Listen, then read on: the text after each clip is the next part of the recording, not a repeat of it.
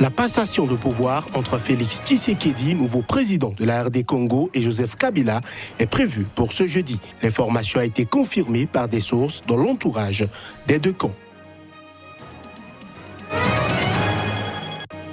Le président sud-africain Cyril Ramaphosa a promulgué avant les élections de mai une loi sur le financement des partis politiques. Selon une ONG, elle renforcera considérablement la transparence.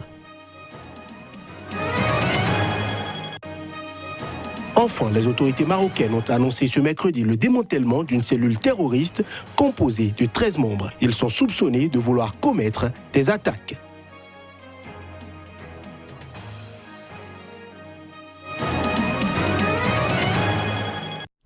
Voilà pour le sommaire de cette nouvelle édition sur Sika. À chacun et à tous, bonsoir et bienvenue à la prestation de serment du nouveau président de la République démocratique du Congo, Félix Tshisekedi Tshilombo, qui va prendre le relais du chef de l'État sortant, Joseph Kabila, est confirmé pour demain, jeudi.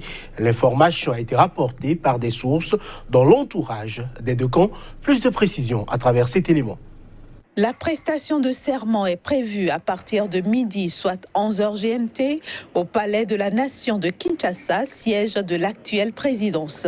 C'est la première prestation pacifique de pouvoir d'un président à l'autre depuis l'indépendance de l'ex-Congo belge, proclamée dans ce même Palais de la Nation le 30 juin 1960. Félix Tshisekedi, 55 ans, s'apprête à devenir le 5e président de la République en prenant le relais de Joseph Kabila, qui avait prêté serment le 26 janvier 2001, 10 jours après l'assassinat de son père et prédécesseur Laurent-Désiré Kabila par un garde du corps. La victoire de Félix Tshisekedi n'est pas reconnue par l'autre candidat de l'opposition, Martin Fayulu, qui s'autoproclame président élu et dénonce un putsch électoral de Joseph Kabila avec la complicité de Tshisekedi. Une élection qui est de plus en plus homologuée par tous. Après des hésitations, l'Union africaine et l'Union européenne ont indiqué dans un communiqué commun qu'elles étaient prêtes à travailler avec le président Tshisekedi et avec toutes les parties congolaises. Le président élu devra choisir un premier ministre au sein de la majorité de l'Assemblée nationale qui reste largement acquise aux proches du président Kabila. Le parti d'opposition zimbabwéen, le Mouvement pour le changement démocratique MDC, tient le président Emmerson Mnangagwa responsable pour les violences qui ont frappé le pays. Le parti a par ailleurs assuré que 5 de ses députés sont toujours en détention suite aux manifestations. Les détails dans cet élément. Le président Emmerson Mnangagwa appelait ce mardi à l'apaisement après les manifestations meurtrières contre la hausse des prix des carburants. Il a également invité les chefs des partis politiques, les responsables religieux et de la société civile à engager un dialogue national avec son gouvernement. Un appel sans succès puisqu'il a été aussitôt rejeté par l'opposition qui a exigé la fin immédiate de la répression. Elle a par ailleurs pointé d'un doigt accusateur le chef de l'État zimbabwéen, l'accusant d'être seul responsable des violences de ces derniers jours dans le pays.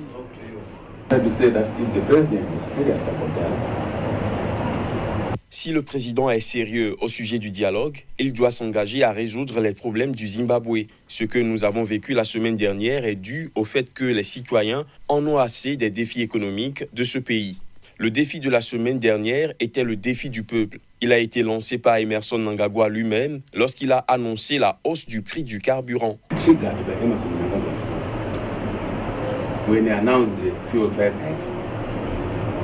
Les membres du parti d'opposition, Mouvement pour le changement démocratique, ont par ailleurs dénoncé la détention de 5 députés de la coalition, privés du droit de demander une libération sous caution. Le Zimbabwe a été secoué la semaine dernière par de violentes manifestations contre la hausse spectaculaire des prix des carburants ordonnée par le gouvernement. Les principales villes du pays, dont la capitale Harare et Bulawayo, un fief de l'opposition au régime, ont été le théâtre de pillages et de destruction.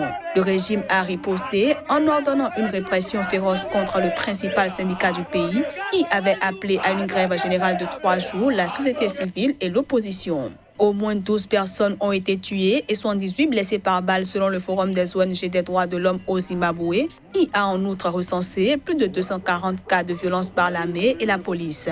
Dans un rapport publié ce mardi, la Commission zimbabwéenne des droits de l'homme a accusé les forces de sécurité de torture systématique et fait état d'au moins 8 morts. Les autorités n'ont jusque-là confirmé que 3 morts.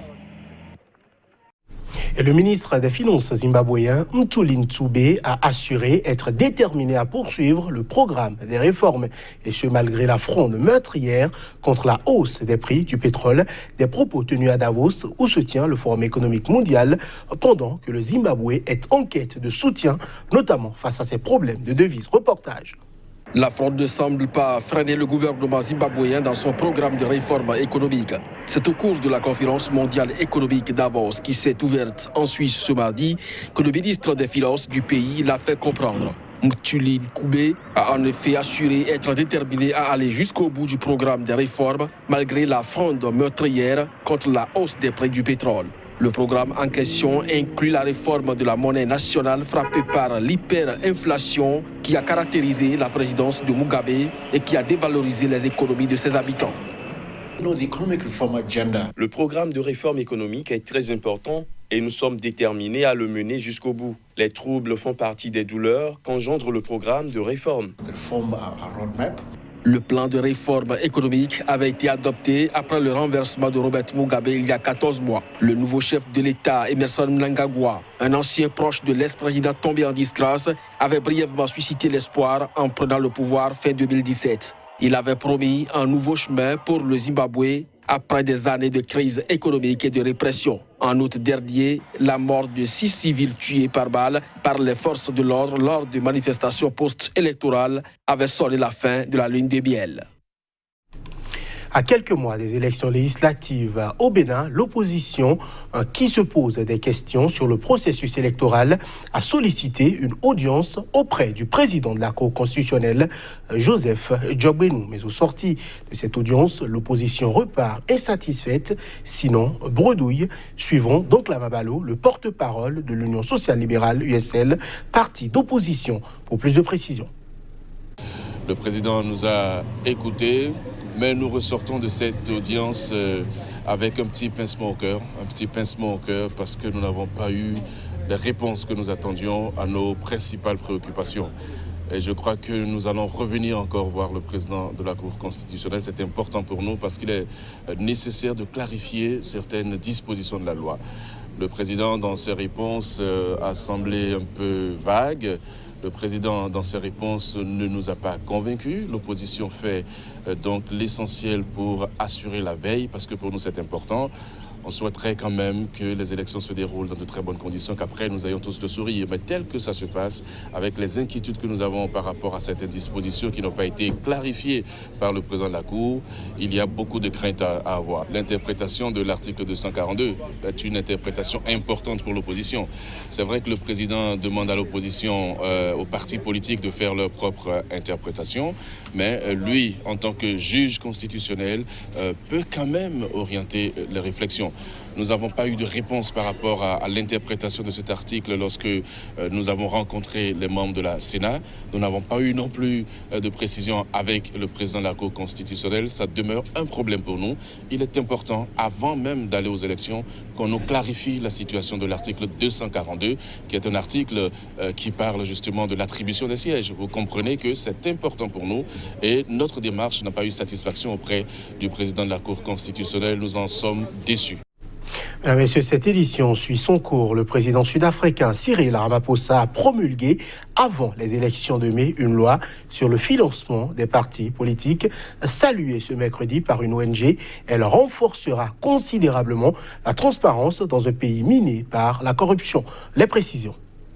La loi interdit notamment l'acceptation de donations provenant de gouvernements étrangers, de personnes étrangères et d'entités publiques, ainsi que des donations qui pourraient être issues d'activités criminelles, selon la présidence. Les partis ont aussi désormais obligation de rendre public le nom des personnes ou entités qui font un don de plus de 100 000 rands, soit 6 300 €, a précisé l'organisation Mon Vote Compte. L'adoption de cette loi est un événement vraiment historique pour la l'Afrique du Sud, s'est-elle réjouie. Auparavant, le financement des partis se faisait à huis clos. Il n'y avait pas de transparence, a expliqué le porte-parole de Mon Vote Compte. Cette loi est un élément vital dans le cadre des vérifications nécessaires pour lutter contre la corruption, a-t-elle estimé, jugeant toutefois regrettable que le texte ne devrait pas entrer en vigueur avant les élections générales. Il faut compter environ 6 mois avant la promulgation de la loi et son application par la commission électorale, selon l'ONG. Les Sud-Africains sont appelés à élire en mai leurs députés et les membres des assemblées provinciales. Les députés éliront ensuite le chef de l'État issu du parti vainqueur des législatives. Le Congrès national africain, au pouvoir depuis la fin du régime de l'apartheid en 1994, fait figure de grand favori. Un récent sondage crédite le parti de feu Nelson Mandela de 61% des intentions de vote malgré une économie en berne et une popularité en baisse à cause des affaires de corruption qui ont entaché la présidence de Jacob Zuma. Une commission d'enquête recueille actuellement de nombreux témoignages édifiants sur la corruption sous l'ère Zuma.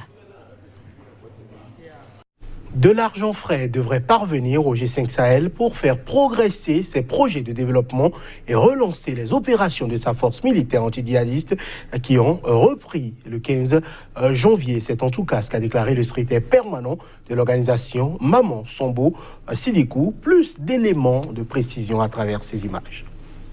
Nous sommes en discussion avec nos partenaires et il y a de l'argent frais annoncé par les Européens et nous allons travailler très incessamment avec les fonds arabes pour déterminer et préciser ce qu'ils vont faire, a déclaré Maman Sidikou, cité dans un communiqué de la présidence du Niger mis en ligne sur son site lundi.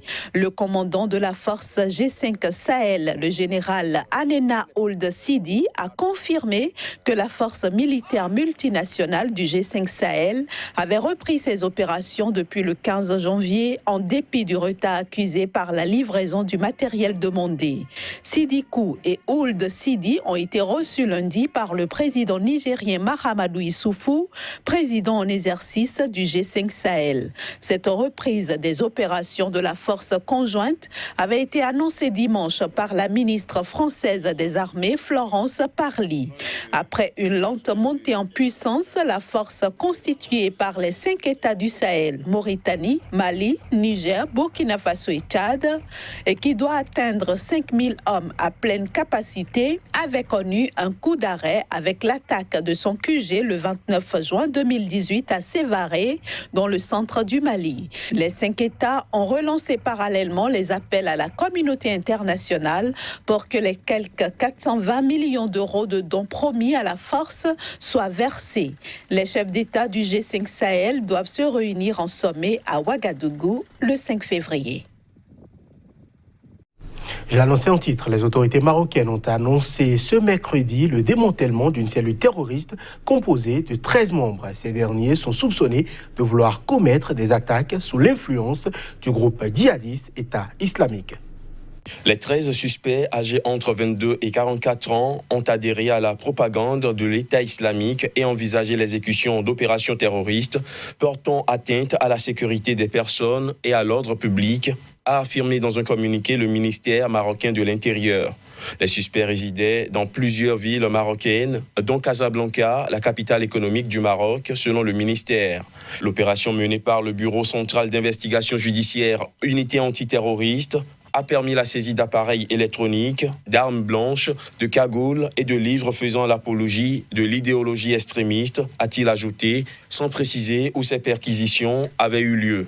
Un manuscrit d'allégeance à Abou Bakr al-Baghdadi, le chef de l'État islamique, ainsi qu'une lettre manuscrite sous forme de testament incitant au meurtre ont également été saisis, a indiqué le ministère. L'opération intervient 5 semaines après l'assassinat de 2 touristes scandinaves dans le sud du Maroc, dans un acte qualifié de terroriste par Rabat.